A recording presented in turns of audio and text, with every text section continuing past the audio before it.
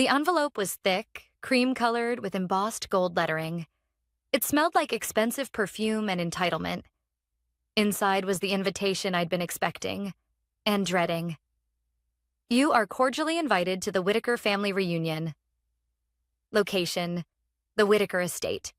Dress code, summer formal. Date, July 9th. I stared at the words for a long time, then slipped the invite back into its envelope and placed it beside the others I'd received over the years. I had never attended. Not once. But this year was different. This year, I had a reason to show up. You see, for most of my life, I was the invisible one at family events. Or rather, the one they pretended was invisible. The girl who wore hand-me-downs at Thanksgiving. The woman who showed up without a husband at weddings. The one who rented her place, worked long hours, and didn't have a real career according to Aunt Lorraine. Because real careers didn't involve worn jeans and late nights at zoning commission meetings. But no one ever asked what those meetings were for. No one ever questioned what I did with the little I had. Because to them, I was just Kira. The child of the poor Whitaker. The one who never made it. And they reminded me of that. Repeatedly. I arrived at the estate 30 minutes late on purpose. Long enough for the champagne to start flowing, but early enough to still be noticed. The driveway was still gravel, the same as it had been when we were kids, though the cars had certainly changed. Mercedes, Teslas, a Porsche. I parked my modest hybrid down the road and walked up the rest of the way. They were all there. Clinking glasses, lounging under white parasols. Perfect tans, linen dresses. Laughter that always carried a note of competition. "Kira," someone said with exaggerated surprise. It was Aunt Lorraine, her pearls glinting in the sunlight. "Oh, honey, we weren't sure you'd come. Didn't think you could get the time off." I smiled politely. Managed to fit it in. "Still working for that little consulting thing?" she asked, waving her hand vaguely. "Still at it," I replied. I didn't mention the name of my firm. Not yet. Uncle Gerald raised his glass as I passed. "Look who's finally made it. The prodigal niece returns. We were starting to think you were allergic to the family." "Just wanted to make sure I was really missed," I said, keeping my voice light. It was all superficial. Fake hugs, air kisses, two bright smiles. But behind it, the judgment was always there, whispered under breaths, eyes scanning me from head to toe. Noticing the Target sandals, the plain navy dress, the simple bun in my hair. And then came the moment. It always did, like clockwork. We were seated for lunch at long picnic tables under canopies. The wine was flowing freely. And then my cousin Harper, who had just closed on a 4-bedroom in the suburbs, leaned in with that sugary voice I remembered so well from high school. "So, Kira," she said, just loud enough for the table to hear. "Are you still renting?" I smiled and took a sip of my iced tea. "I am." Another cousin laughed. "You're what, 35 now? You've got to get out of that cycle sometime." "That's right," Harper added, adjusting her diamond bracelet. "It's time to grow up and build some equity." Someone else chimed in. "We were just talking about how crazy the housing market is. I mean, if you don't already own, you're kind of stuck." I looked around the table. They were all so comfortable, so sure of themselves, so certain I was still the same Kira they remembered. I was quiet for a moment. Let the silence stretch just enough to make someone uncomfortable. Then I leaned forward, still smiling. "You're right," I said. "It is a tough market. Harder than ever to afford a place, especially if you're trying to buy in this neighborhood." A few nodded in agreement. "That's why I decided to go a different route," I continued. "Instead of buying a house, I bought the building." They blinked. "What building?" Aunt Lorraine asked, frowning. I placed my napkin on the table, stood up slowly, and turned to look at the row of townhouses just across the lawn, the ones where most of the family now lived. The Whitaker residences, newly renovated, popular with high-income renters. "That one," I said, pointing. Laughter died. Forks paused midair. Someone choked on a sip of wine. You mean, you own it? Harper's voice cracked, eyes wide. I nodded. Every unit. The LLC is under my firm, Whitestone Equity. Bought it 3 years ago. Quietly. Silence fell like a thunderclap. And in that moment, I wasn't the poor cousin. I wasn't the renter. I wasn't the nobody. I was the one who held the keys. And they had no idea what was coming next. For a long moment, no one spoke. The breeze fluttered through the canopy, brushing over half-finished glasses of wine and untouched slices of quiche. Faces once flushed with laughter now stared at me with blank, blinking confusion. It was Aunt Lorraine who finally broke the silence, forcing out a brittle laugh. Oh, Kira, don't be ridiculous. You're always so dry with your humor. I tilted my head. I'm not joking. My Uncle Gerald leaned forward, one eyebrow raised as if inspecting a rare bug under glass. You're telling us you own Whitaker Residences?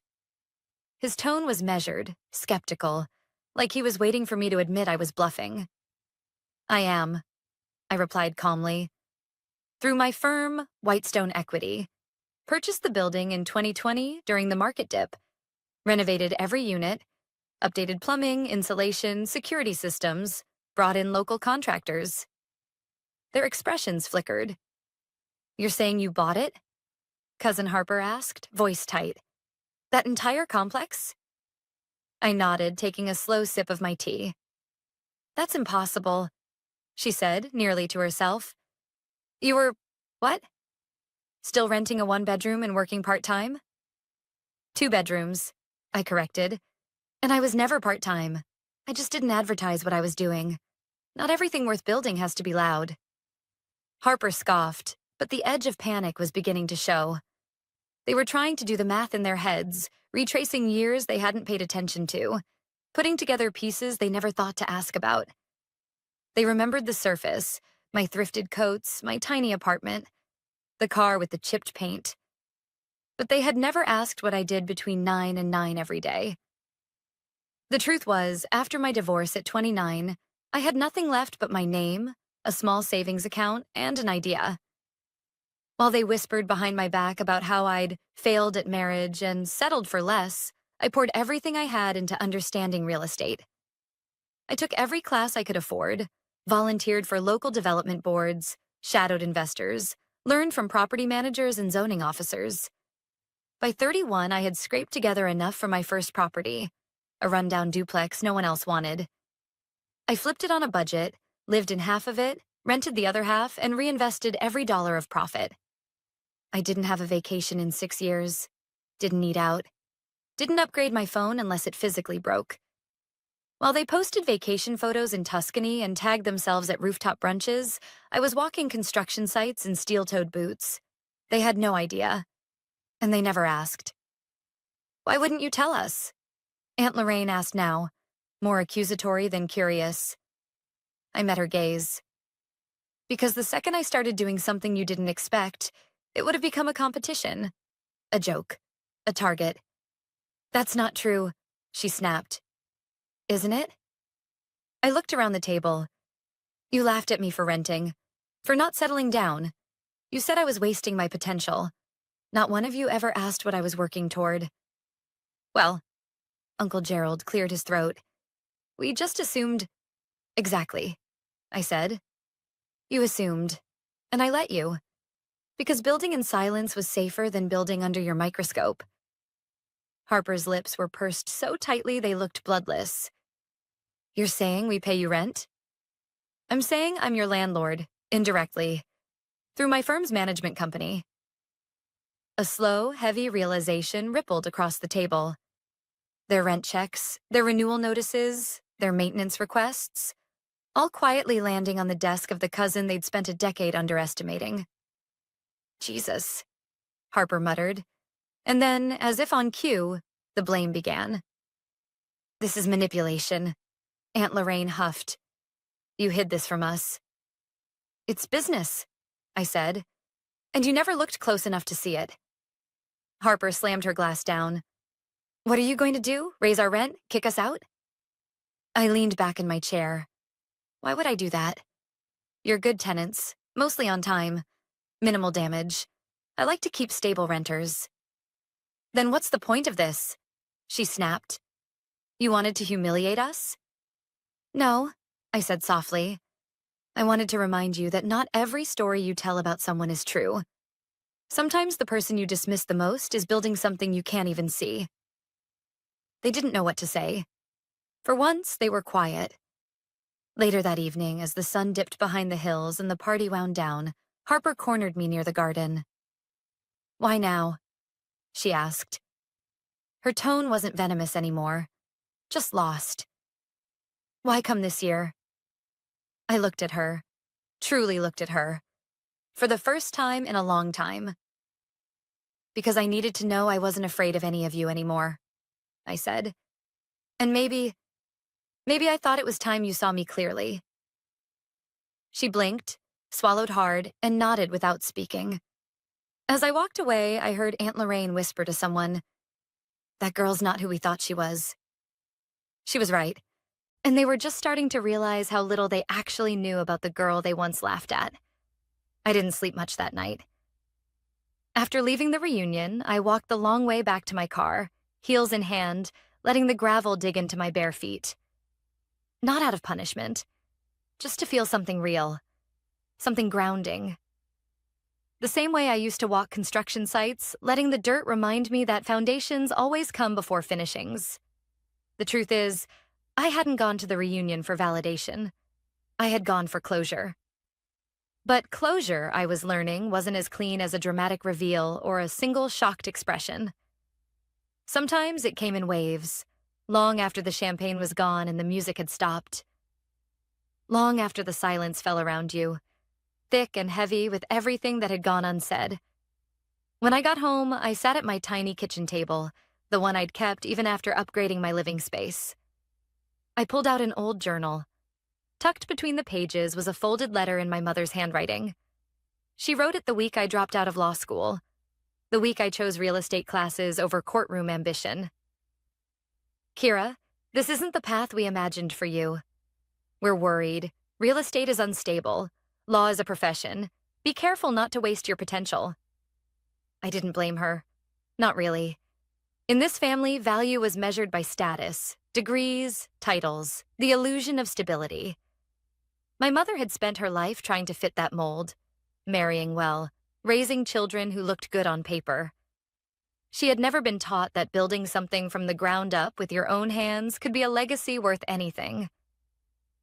The Monday after the reunion, I met with my team at Whitestone Equity.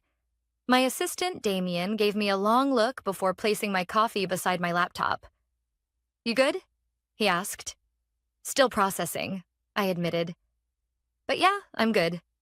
He smirked. Well, if it helps, the residents of Whitaker Residences just got the latest tenant satisfaction survey results.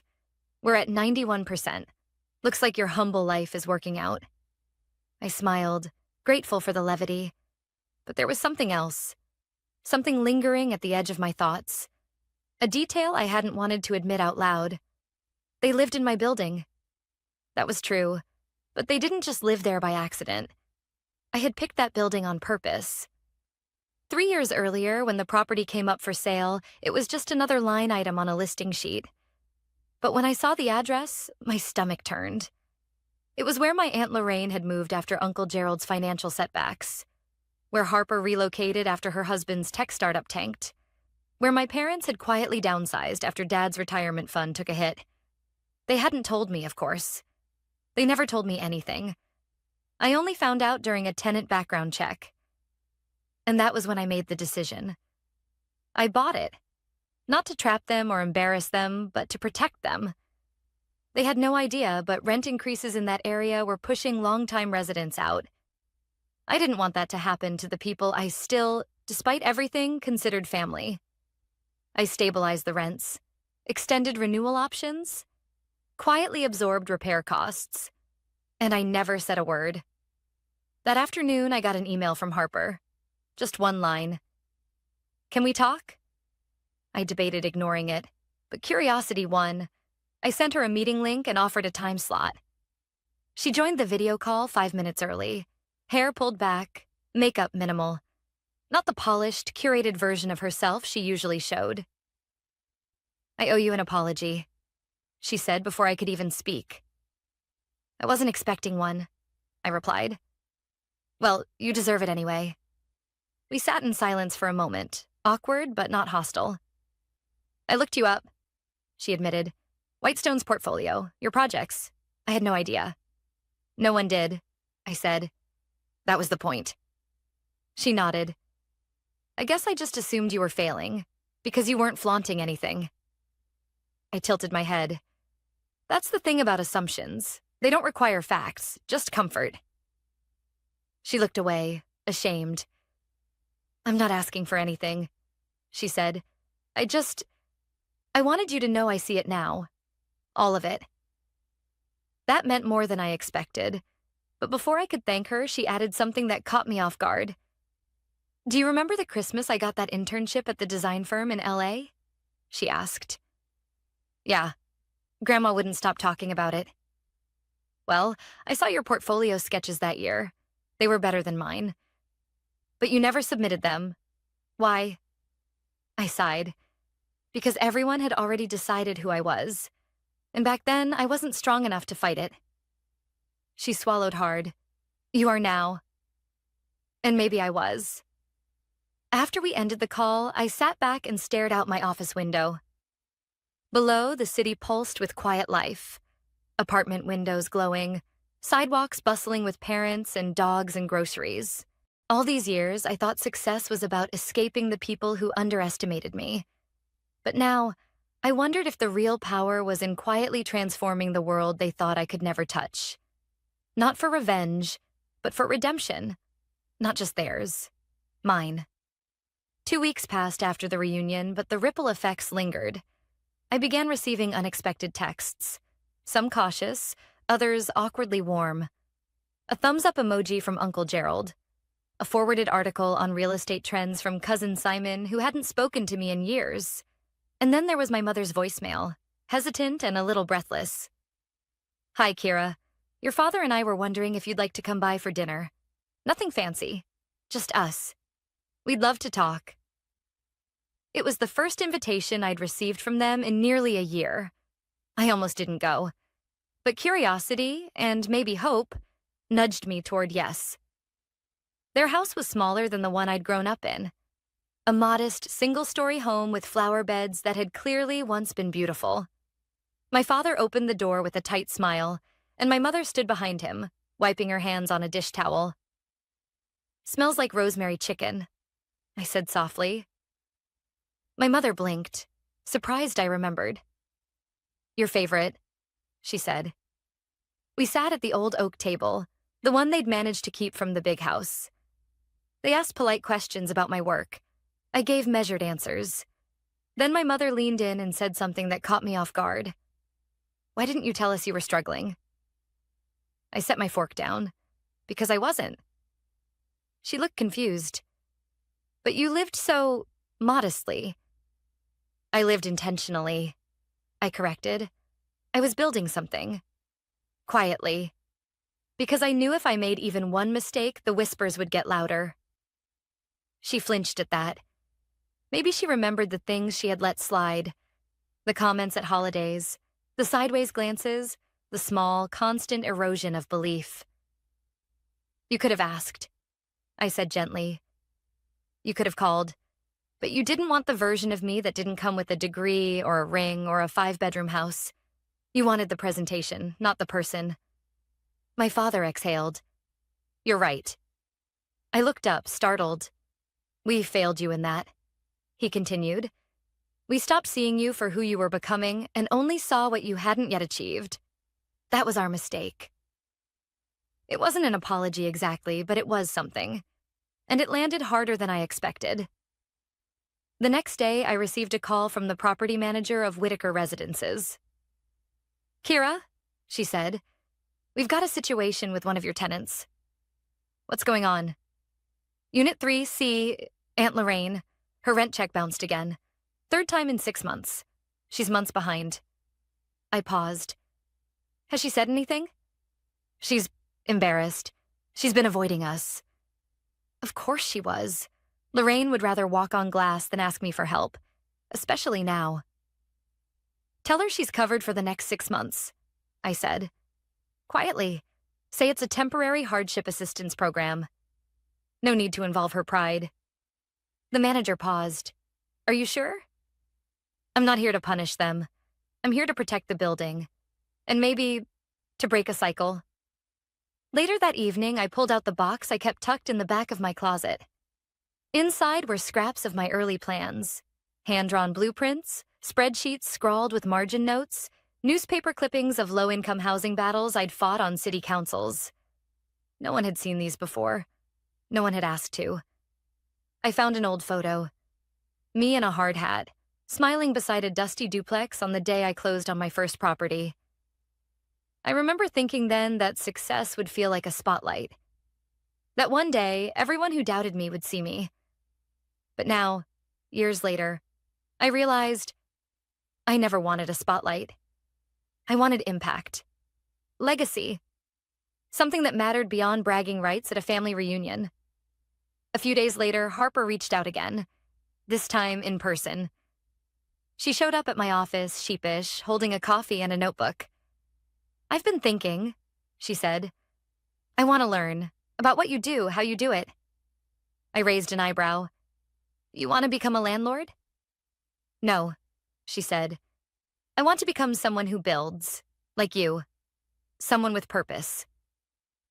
It was the first time I'd heard her speak without trying to outshine someone. I nodded slowly. Okay, come in on Monday. I'll show you the basics.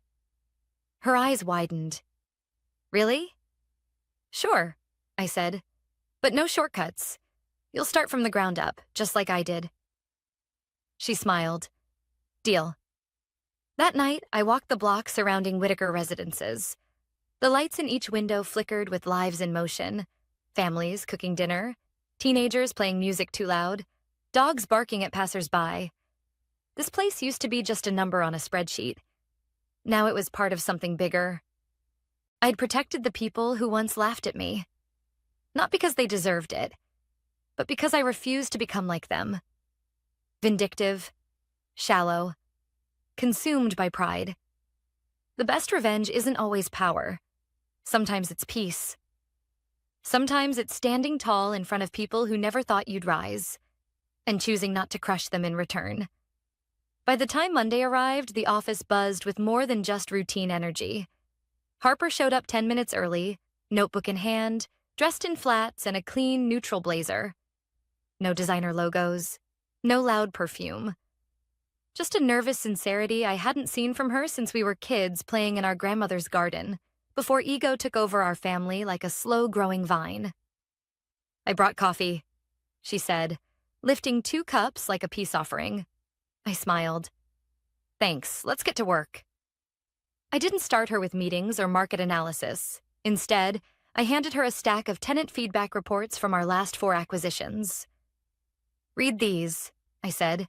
Every single comment. Understand what people are really saying, not just about the units, but about their lives. She blinked. No spreadsheets?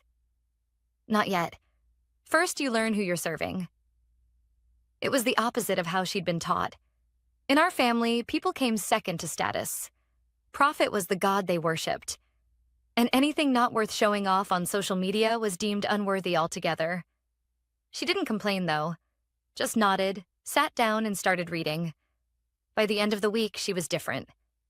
Still Harper, still quick-witted and proud, but more grounded, thoughtful. She had questions, real ones, about community design, zoning regulations, rent control, sustainable development. One afternoon, I found her staring at the city plan pinned to my wall. You know, she said quietly, when you told us you owned the building, I thought you just wanted to rub it in. I stayed silent, letting her speak. But then I looked at how you handled it. No rent hikes, no evictions. You didn't try to flex at us, you just kept going. I turned to her. You want to know a secret? She looked at me. I could have raised your rents, legally. The market would have supported it, but I didn't. Because people deserve stability. not just granite countertops and infinity pools. She swallowed, then asked, "Do you think people like me can change?" I met her eyes. "That depends. Are you willing to unlearn everything that made you feel superior?" She nodded, slowly. "I think I already started." A week later, I received an unexpected request, an invitation to speak at a city development forum. They wanted someone to talk about ethical urban growth, specifically female-led firms investing in inclusive housing. For the first time, my name wouldn't be tucked behind an LLC. It would be front and center. I hesitated before accepting. Part of me had grown so used to moving in silence that stepping into a spotlight felt unnatural, risky. But another part, the part that once sat at the kids' table while my cousins laughed about landlord losers, was ready. Ready to show that building something real didn't require permission, only purpose. The day of the forum, I wore a tailored navy dress, minimal jewelry, and my favorite scuffed flats. Not because I couldn't afford better, but because I didn't need to prove anything anymore. I spoke for 15 minutes, shared my story, the projects, the communities, the people. I didn't name drop, didn't gloat, just told the truth about what it meant to build from the margins. The applause was quiet at first. Then it grew, warm, genuine. Afterward, someone from the mayor's office approached me. "We'd like to work with you," he said. "The city needs more developers like you, ones who care about people, not just margins." I thanked him, heart pounding. This wasn't just about proving my family wrong anymore. This was bigger. When I got home, there was a letter waiting on my doorstep, handwritten with a familiar looping script. It was from my mother. "Kira, I watched the recording of your talk tonight. I cried halfway through. I realize now I didn't just underestimate you. I didn't see you. Not really. I was too focused on who I thought you should be to appreciate who you were becoming. Your father and I are proud. We always should have been. Love, Mom." I sat on the steps and reread it twice. Then I folded it neatly and placed it in the same box that once held only blueprints and doubt. Now, it held something else. Validation. Closure. A beginning. A few days later, I walked the hallways of Whitaker Residences. It looked like any other quiet evening. Lights on. Distant laughter. The smell of dinner through cracked windows. But something felt different. Unit 3C's door opened as I passed. Aunt Lorraine stood there, her voice uncertain. "Kira." I stopped. "Hi." She cleared her throat. "I heard what you did. With the rent. With everything. I didn't want you to lose your home," I said. She hesitated. Then, for the first time in my life, she said the words I never expected. "Thank you, and I'm sorry for how we treated you." I nodded once. "Thank you for saying that." As I turned to leave, she added, "Your grandfather would be proud. You know that, right?" I paused. For a moment, I imagined him sitting on his old porch swing, sketching ideas for community centers no one funded, quietly believing in the power of shelter, not showmanship. "I hope so," I said softly. Then I walked back into the night. One chapter was ending, but something far more powerful was just beginning. The Alder Street Community Garden buzzed with soft music and clinking glasses. Fairy lights hung between trees, gently swaying in the evening breeze. Kids chased each other between planter beds. The smell of roasted vegetables, freshly baked bread, and laughter filled the air. It was our first tenant appreciation night, an idea I'd had years ago, when I was still mapping dreams on the back of receipts. A celebration of community, not contracts. Of people, not property lines. Harper stood beside me, handing out raffle tickets to residents with a warm smile I barely recognized. "She's changed," Damien said beside me, watching her from across the courtyard. "Never thought I'd see the day." "Me neither," I replied. "But sometimes people just need a different mirror." He handed me a folder. "City just approved our next project. East Point Revitalization. It's yours if you want it. I took the folder without looking inside. I do, but not yet. Tonight's not about the next thing. It's about honoring this one. He smiled and nodded, then wandered off to join a group of tenants near the barbecue. Toward the end of the night, my parents arrived. They didn't come dressed in their usual polished way. No heels, no sports jacket. Just comfortable clothes, worn-in smiles, and a plate of brownies my mom insisted on bringing herself. "You sure we belong here?" My dad joked lightly, handing me one. "You do now," I said. He looked around, taking it in. "You built this." "I did," I nodded. "But I didn't do it alone. Every single person here helped. They trusted me, even when no one else did." My mom reached out and touched my arm. "We see that now, and we're sorry it took us this long." I didn't need the apology anymore, but hearing it still mattered. Some wounds don't need to be reopened. They just need to be acknowledged. Later that evening, I stood on the small platform we'd set up under a canopy of lights. The chatter quieted as I stepped up with a mic in one hand and a notebook in the other. "I just want to say thank you," I began. "Not just for coming tonight, but for believing in this place.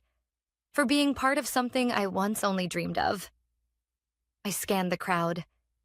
Familiar faces smiled back. Residents, staff, neighbors, even family. There was a time not long ago when I was laughed at for not owning a house. When the idea of success was limited to square footage and price tags. But real success? It's quieter. It shows up in repaired roofs, safe hallways, neighbors who know each other's names. I paused, then added, "I used to think legacy was something you inherited. Now I know it's something you create. Brick by brick, lease by lease, story by story." The applause that followed wasn't thunderous. It was soft, respectful, real, and that was more than enough. As the event wound down, I noticed Aunt Lorraine sitting beside Mrs. Fernandez from 2B, laughing over a story about raccoons in the recycling bins. Two women who'd never met before tonight, now bonded over something small and strangely unifying. Harper stood at the beverage table, explaining tenant-first policy to a curious local official with unexpected confidence.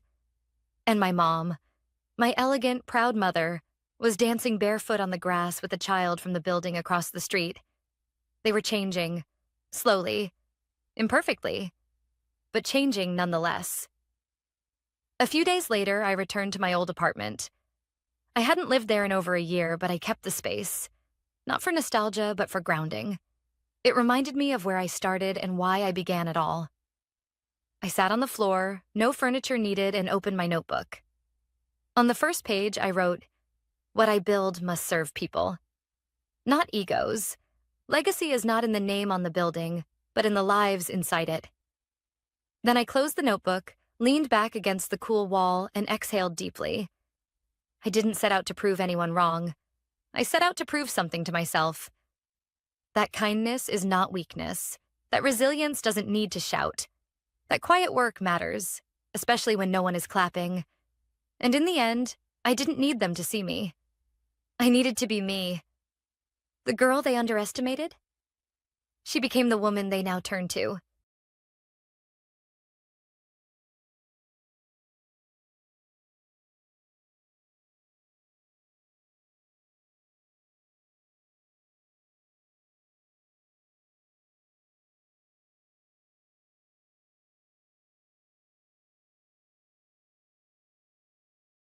The boardroom was silent, except for the steady ticking of the antique clock mounted on the wall. I sat at the long glass table, fingers loosely interlaced, my expression calm. But underneath? My stomach churned.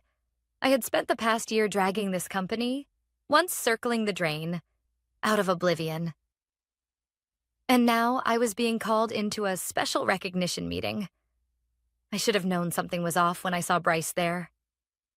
Slouched in the chair next to mine, spinning a pen between his fingers like he hadn't just spent the past year doing the bare minimum. No late nights, no weekends, no breakthroughs. Just showing up, half present and taking credit wherever he could. "Thank you both for coming," said Mr. Lawson, our CEO, as he stood at the head of the table. His smile didn't reach his eyes. Mandy, he began, glancing at me, we all know what an asset you've been during this difficult transition. I nodded once. Controlled, polite, waiting. You took a broken system, he continued, and made it smarter, faster, more scalable. That AI logistics software you developed? It turned our entire process around. Our profits this quarter are historic, up 300%. That's something. Thank you, I said. It wasn't false humility. I knew what I'd done. Every sleepless night, every bug fixed at 3 a.m., every server crash that I personally rewired back to life, it had all led to this moment. Lawson chuckled awkwardly, then turned toward Bryce. And Bryce, your leadership potential has really begun to shine. My smile froze. Leadership potential? This was the guy who once confused a database with a spreadsheet. Which is why, Lawson continued, starting next week, Bryce will be stepping into the new Director of AI Operations role. The words didn't register at first. I heard them, but they didn't land. Director of AI Operations? That was my department, my team, my creation. Wait, I said, my voice still calm but lower now. You're giving the promotion to Bryce? Lawson raised a hand as if anticipating my protest. Look, Mandy, you're brilliant. No one's questioning that. But leadership? It's about more than just innovation.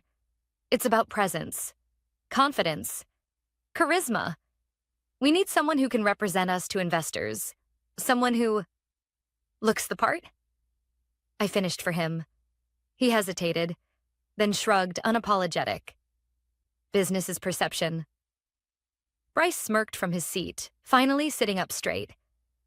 Hey, no hard feelings, Mandy.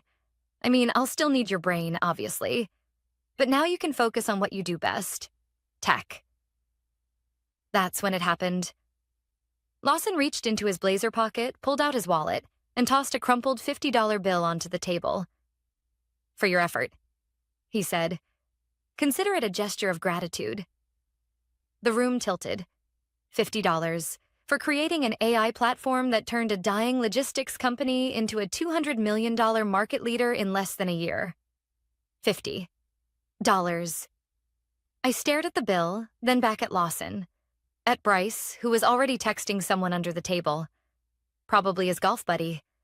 Probably someone else who thought charisma equaled competence. I didn't speak. Didn't argue. Instead, I picked up the bill, folded it in half with deliberate care, and slid it into my pocket. Thank you, I said softly. Lawson gave me a confused look. You're not upset? I smiled. I'm just excusing myself. Then I stood, heels clicking on the floor, and walked out without looking back. No door slam, no speech, just silence. Because I knew something they didn't. They thought I'd feel humiliated, that I'd shrink into the background and keep working quietly while Bryce paraded around in a title he didn't earn. But what they didn't realize was this. I never needed their validation, and I never stayed quiet out of weakness. I stayed quiet because I was thinking. And the next morning, that's when everything changed. The next morning, I arrived at work at exactly 7:45 a.m., 15 minutes earlier than usual. The front desk security guard looked surprised. Didn't expect to see you today, Mandy. I gave him a small smile. Habit, I guess. But the truth was, I needed to see it. All of it. One more time. The system I had built, the team I had trained, the foundation I had laid. Because when something's about to fall, you study the cracks before it crumbles. When I stepped into the elevator, I caught a glimpse of myself in the mirrored panel. Calm face, hair neat, eyes tired, but alert. You'd never guess the storm that had just been handed to me in the form of a wrinkled $50 bill. The doors opened to the third floor. My floor. Or rather, what used to be my floor. My office door was open. Boxes already sat stacked against the wall with my name scrawled in marker. And sitting at my desk, feet propped up casually like it was always his, was Bryce. He had moved in without even pretending to be subtle. A coffee mug with his name on it sat beside my monitor. The same monitor I had bought myself last year because IT's budget didn't allow for upgrades. "Oh, hey," he said when he saw me. "Didn't expect you to come in." I didn't respond right away. I just walked in, slow and steady, like I still owned the place. Like nothing had changed. And for a moment, I saw a flicker of unease on his face. He straightened up a little. "I just came to grab my things," I said, gesturing to the boxes. "Right, of course." Bryce cleared his throat. "Listen, I hope there's no hard feelings. You're still part of the team, obviously. Just in a different capacity now." "Different capacity?" I echoed, arching an eyebrow. "Lawson's putting you on a special project. Something about updating legacy systems for the support team. Should be fun. Lots of back-end cleanup." Back-end cleanup. I almost laughed. I had just written the most advanced logistics, AI in the industry, and they were assigning me to fix printer queues and corrupted spreadsheets. "Sounds perfect," I said dryly. Bryce didn't pick up on the sarcasm. As I walked down the hall with the boxes in my arms, people glanced at me, then looked away. No one said anything. No one stopped me. Funny how quick people forget the one who held the walls up when they were caving in. I made it to the back corner of the building, the support department, tucked away like a forgotten storage closet. A desk with a half-broken chair and a flickering monitor waited for me. I sat down slowly, staring at the mess of cables and dust like it was some kind of joke. But I wasn't angry. Not really. Not yet. I was calculating. Because what no one here knew, not Lawson, not Bryce, not even IT, was that the software I'd developed wasn't entirely stored on the company servers. The foundation was there, sure. But the real power? The advanced version with proprietary deep learning modules and predictive routing? That lived elsewhere. It lived on an encrypted private server under my control. The version the company had was good. The version I kept? Revolutionary. They had no idea. And so I sat there, at my sad little desk, while Bryce gave some lame speech to the staff about new leadership energy and scaling success. I pulled out a notepad and began sketching something. Not code. Strategy. By lunchtime, I had made my decision. If they didn't want me here, that was fine. I wouldn't fight them. I wouldn't beg for a title. But I also wouldn't sit quietly and let them profit off my work while pretending I didn't exist. They wanted a leader? I'd give them one. Just not here. That afternoon, I sent out 3 messages. Quiet, private, deliberate. One to Elena, our ex-CMO who had left after her budget was slashed despite tripling lead conversion. One to Jason, our former infrastructure lead who had walked when Bryce tried to override a server upgrade and nearly deleted 6 months of analytics data. And one to Priya, the only other engineer who understood my code well enough to recognize its full potential. None of them replied immediately. But I knew they would. Because just like me, they had been underestimated, dismissed, overlooked. We weren't victims. We were visionaries, misfiled as side characters in someone else's story. But that was about to change. I stared out the office window. The city skyline stretched in the distance. The company I had saved was about to collapse again. And this time, I wouldn't be there to catch it. Because I wasn't looking back. I was building forward. And when I was done, they'd remember who they passed over for $50 and wish they hadn't. By the end of that week, all 3 had responded. Elena's message came first. "I've been waiting for this call. Tell me where and when." Then Jason. "If this is about what I think it is, I'm in." No hesitation. And finally, Priya. "Still have your prototype. Still think it's the future. Let's build." 3 simple replies. 3 doors opened. We met on a Sunday afternoon in a quiet corner booth of an old industrial-style cafe on the east side of the city. No one wore suits. No laptops were opened. It looked like four friends catching up over overpriced coffee. But what we were building over that scratched wooden table wasn't just conversation. It was a revolution. "I still can't believe they passed you over," Elena said, stirring her tea with mechanical precision. "You didn't just keep them afloat, Mandy. You made them a powerhouse." "Doesn't matter," I replied. "They gave me $50 and sent me to fix printers. That was their answer." Jason let out a low whistle. "I should have expected it. You know what Bryce told me before I left? That some people are just better at looking like they know what they're doing." "Sounds about right," Priya muttered. "But we're not here to vent, are we?" "No," I said, and pulled out the small leather folder I had brought. Inside was the blueprint. Not just for the software, but for the entire business model. Logistics AI, yes, but with real-time predictive inventory, autonomous rerouting, integrated procurement optimization, and carbon impact tracking, all wrapped in a sleek, modular interface that made it plug-and-play for any mid-size supply chain. Jason's eyebrows raised. "You've been busy." "I never stopped working on it," I said. "I knew they'd try to own it eventually. That's why the real version never touched their servers." "You sure this is legal?" Elena asked, cautious but intrigued. "I built the foundation long before I ever joined the company. The IP is mine. What they're using is outdated. I didn't sign over the code. I signed over implementation rights for what I gave them. Not this." Priya grinned. "Then let's give the world what they never deserved." We didn't have seed money. We didn't have flashy investors or a downtown office. But we had talent, drive, and a product that could rewrite the industry. We worked in my living room, then later in Elena's garage. We shared a single server rack powered off Jason's old setup. We coded through the night. We ordered food like we were students again. Cheap, fast, and frequent. And slowly, something incredible began to take shape. We named it Echelon.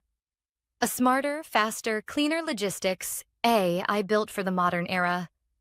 The kind of system that didn't just analyze data. It anticipated needs, predicted shortages, rerouted delays, and offered cost-saving alternatives in real time. By the end of the first month, we had a working demo. By the end of the second, we had secured our first client, a mid-sized international warehouse network that had been looking to replace their outdated Caldwell software for months. They didn't even flinch when we named our price. We launched Echelon in week 10, and within 48 hours, their operations were running 25% faster. But it was week 12 that changed everything. A headline dropped on the industry wire. Caldwell Systems faces major client losses after internal software glitches. I recognized the names. 3 of their top clients, companies I had personally onboarded during the AI rebuild, were walking away. All 3 were now in talks with us.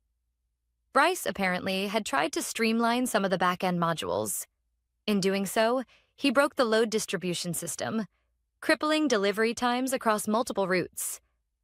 They patched it, of course. But it was too late. The industry had seen the cracks. I watched from my small desk at Caldwell that morning as panic began to spread. Emails flew back and forth. Department heads got called into meetings. IT whispered about someone being fired soon, and I just sat there, quietly sipping my coffee. Because while they were scrambling to salvage the present, we were already building the future. That night, I walked into our shared workspace where Jason was tweaking the server and Elena was finalizing a pitch deck. I took a deep breath. "Next week, we go public." Priya looked up from her laptop. "Press release?" "Press release, full brand launch, demo video, everything." "Bold," Jason said, smirking. "Necessary," I replied. "They need to see what real leadership looks like. They need to remember the name they discarded." And I meant every word, because Caldwell hadn't just betrayed me. They underestimated me, and that would be their last mistake. The day our press release went live, the internet exploded. The headline was bold and unmissable. Former engineer behind Caldwell's $200 million turnaround launches new AI startup, and it's already disrupting the market. It was the story everyone wanted to read. A betrayal. A comeback. A quiet genius who was handed a $50 bill instead of a promotion and built an empire in return. Within hours, industry blogs, LinkedIn, and tech news sites picked it up. By noon, our inbox was flooded. We've been looking for an upgrade. Let's talk. Is it true your system dropped error rates by 87%? We need what you've built. ASAP. At the same time, something strange began happening back at Caldwell. People started looking at me differently. The same colleagues who once looked away when I passed in the hallway were now nodding, smiling even. I could feel the questions behind their eyes. Was it true? Had Mandy really built all that? Was she the reason we survived? And then, why was she still in the support department? By 2 p.m., Bryce called an emergency meeting. He stood at the front of the conference room, noticeably paler, tapping a marker against the whiteboard like he needed the sound to distract from the growing tension. So, this whole thing with Mandy's startup, he said, trying to smile. It's overblown. A lot of hype. Nothing we can't compete with. The room was silent. He continued. We're still the leader in this space. Caldwell has the infrastructure, the legacy systems, the brand trust. One little tool isn't going to change that. I sat quietly in the back of the room. He didn't look at me once. And yet, I could feel the weight of every glance that did. Because people were starting to connect the dots. They remembered who stayed late, who fixed the bugs, who wrote the roadmap, who rolled out the pilot version of the software that saved this company from bankruptcy. It wasn't Bryce. It was me. That afternoon, Elena scheduled a product demo with one of Caldwell's oldest clients, a major food logistics firm that moved over 300,000 shipments a week. The CTO called us personally. We heard Mandy's behind this, he said. She's the reason we stuck around at Caldwell as long as we did.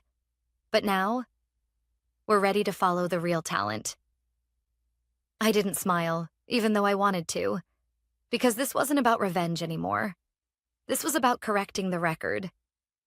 Bryce tried to do damage control, sent out emails to clients, hosted a transparency webinar where he awkwardly explained their proprietary AI in broad, nonsensical terms. Jason, watching the stream from our workspace, just shook his head. He doesn't even understand the core logic. Of course he doesn't, Priya said. He was too busy schmoozing the VCs while we were writing neural pathways from scratch. The next day, 3 more clients left Caldwell. 2 came directly to us. The third said they were exploring options, which meant they were waiting to see if the rumors were true. So we showed them. Elena worked with a videographer to cut together a product reel. Real results, real impact, real data.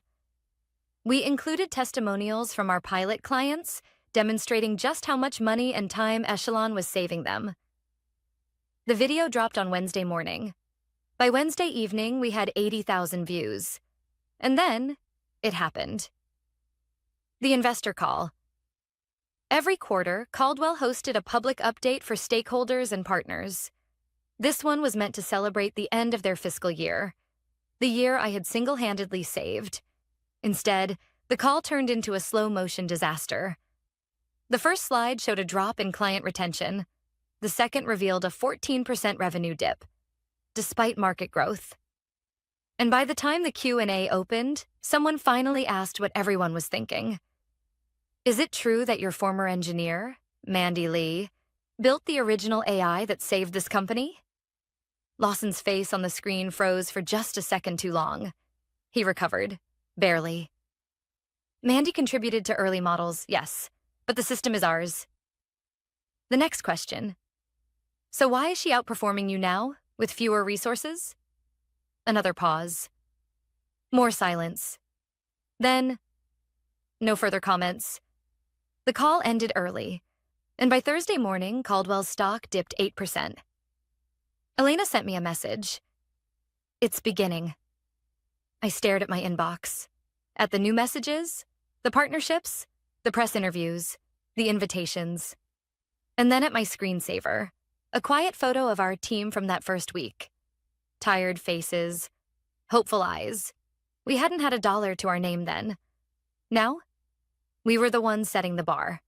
The $50 bill was still in my desk drawer, unfolded, unspent. A reminder, not of humiliation, but of clarity. They paid me $50 for building their future, and now I was taking it back. By the start of the next quarter, Caldwell Enterprises was bleeding, and the industry could smell it. Clients weren't just leaving, they were running. The logistics forums lit up with complaints, slow updates, buggy reroutes, data inconsistencies, downtime. Things our AI had eliminated were now back with a vengeance. Their support team, the one I was once demoted to, was overwhelmed. Tickets piled up. And Bryce? Bryce was missing, not literally. He still came into the office, but the smug confidence was gone. His tie was always loose now, his smile twitchy, his meetings shorter, and his panic less hidden. The final blow came on a Monday morning. Caldwell's largest distribution partner, one of the top 5 in North America, announced their transition to Echelon. We hadn't even pitched them. They came to us. "We're tired of duct tape and guesswork," the CEO told Elena on the call. "We want the original architect of innovation. We want Mandy." That single deal was worth $18 million annually. It was also the last nail in Caldwell's coffin. The company that had once paraded my work as their miracle was now standing in the ruins of what they refused to protect. On the inside, the chaos was palpable. Lawson was nowhere to be seen. Rumors floated that he was stepping down. The board was in turmoil, trying to understand how they lost a $200 million resurgence in less than a year.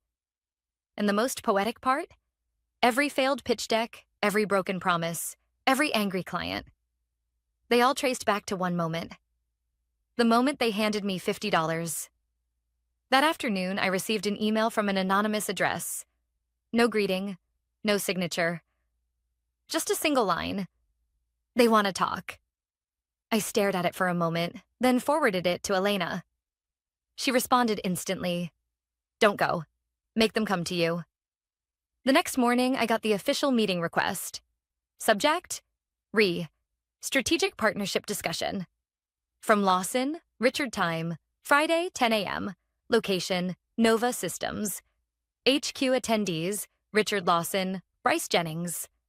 I leaned back in my chair. Nova Systems, HQ, my company, my terms. Jason saw the invite appear on our shared calendar and chuckled. "Should we prepare snacks? Or just bring popcorn?" Friday came fast. I wore black. Not for drama, but for precision. A sleek, tailored suit. No logos, no distractions.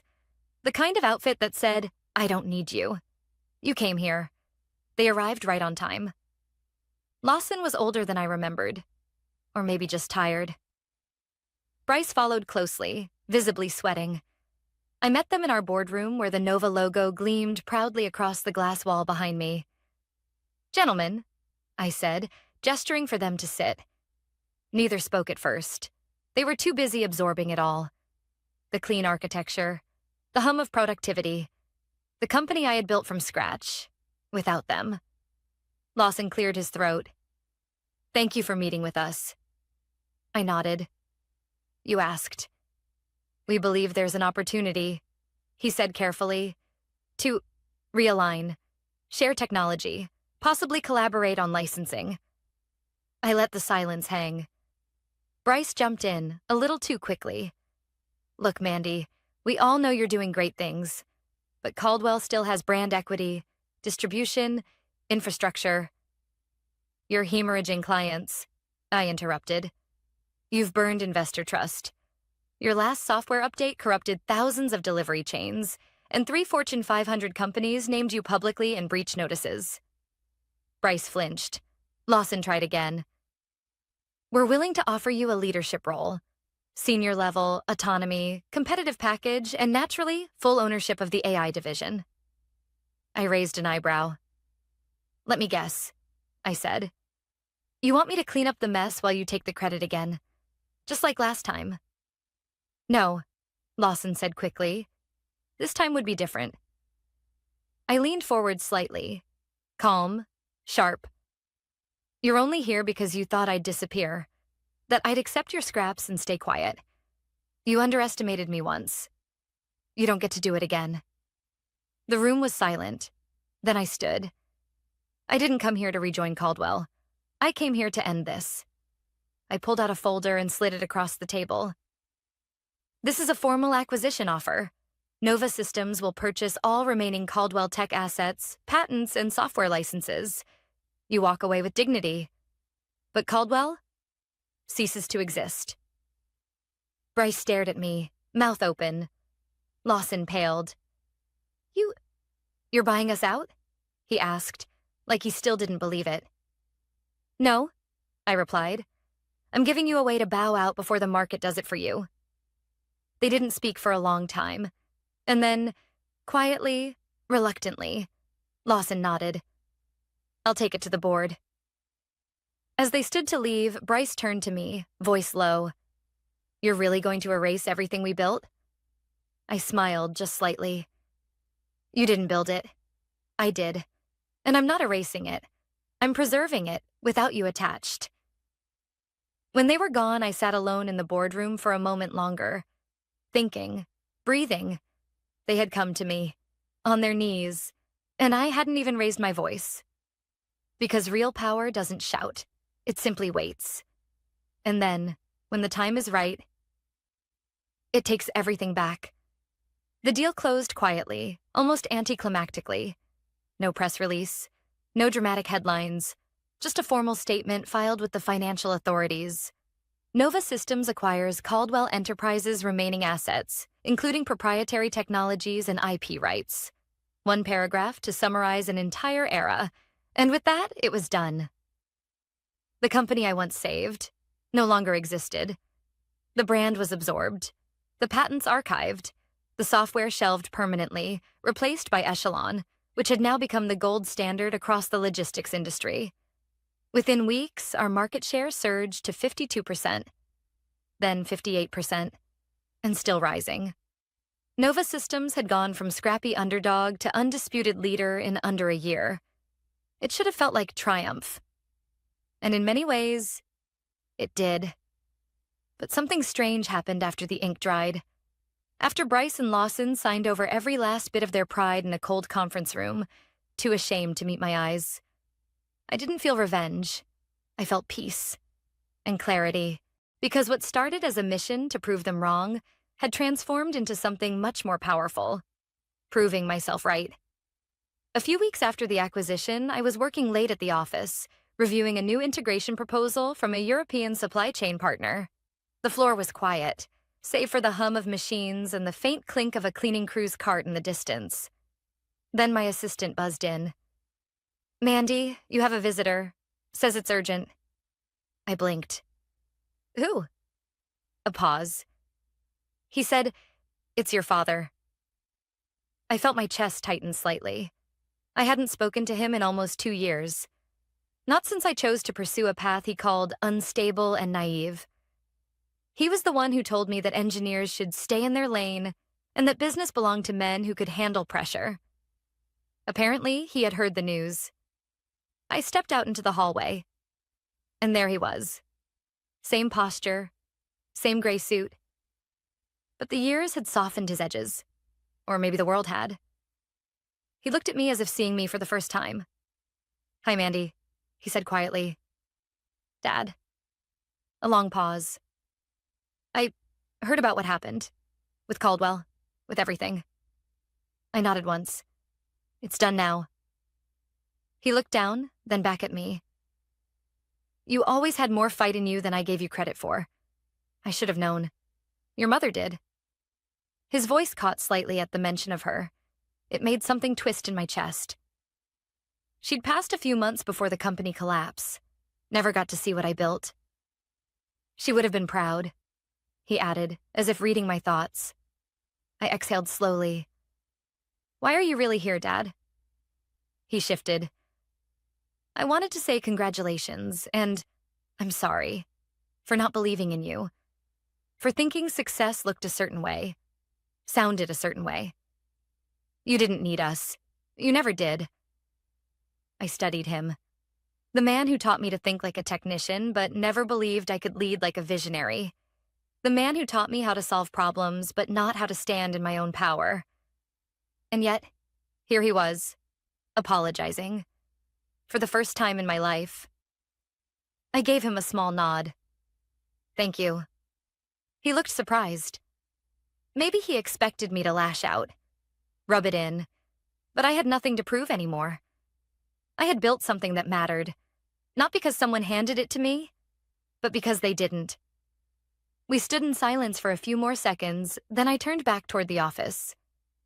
I should get back. We're reviewing a $120 million rollout this week. He smiled faintly. I'll let you get to it. I just wanted to see you standing where you belong. I didn't say anything else, just walked away. Tall, quiet, steady, because that was enough. The next day, Nova Systems hosted its annual leadership summit, our first as a top industry player. CEOs, CTOs, innovators from around the world filled the grand hall. I stood at the podium, the stage lights warm on my skin, the weight of hundreds of eyes focused on me. But this time, I wasn't nervous. I wasn't trying to win anyone's approval. I was here because I had earned it. As I wrapped up my keynote, I paused before the final slide. There's something I want to leave you with, I said. When people underestimate you, let them. When they hand you $50 and call it thanks, take it. Not as a reward, but as a receipt. Laughter. Applause. I smiled. Because when the world tells you that you're only worth what they decide, prove them wrong. Build something they can't ignore. And when they finally see you standing on top of the thing they tried to bury you under, just smile and get back to work. As I stepped off the stage, I felt something shift inside me. This wasn't the end. It wasn't even the climax. It was just the beginning. Of a legacy built not from revenge, but from resolve. Of a woman who took $50 and turned it into an empire.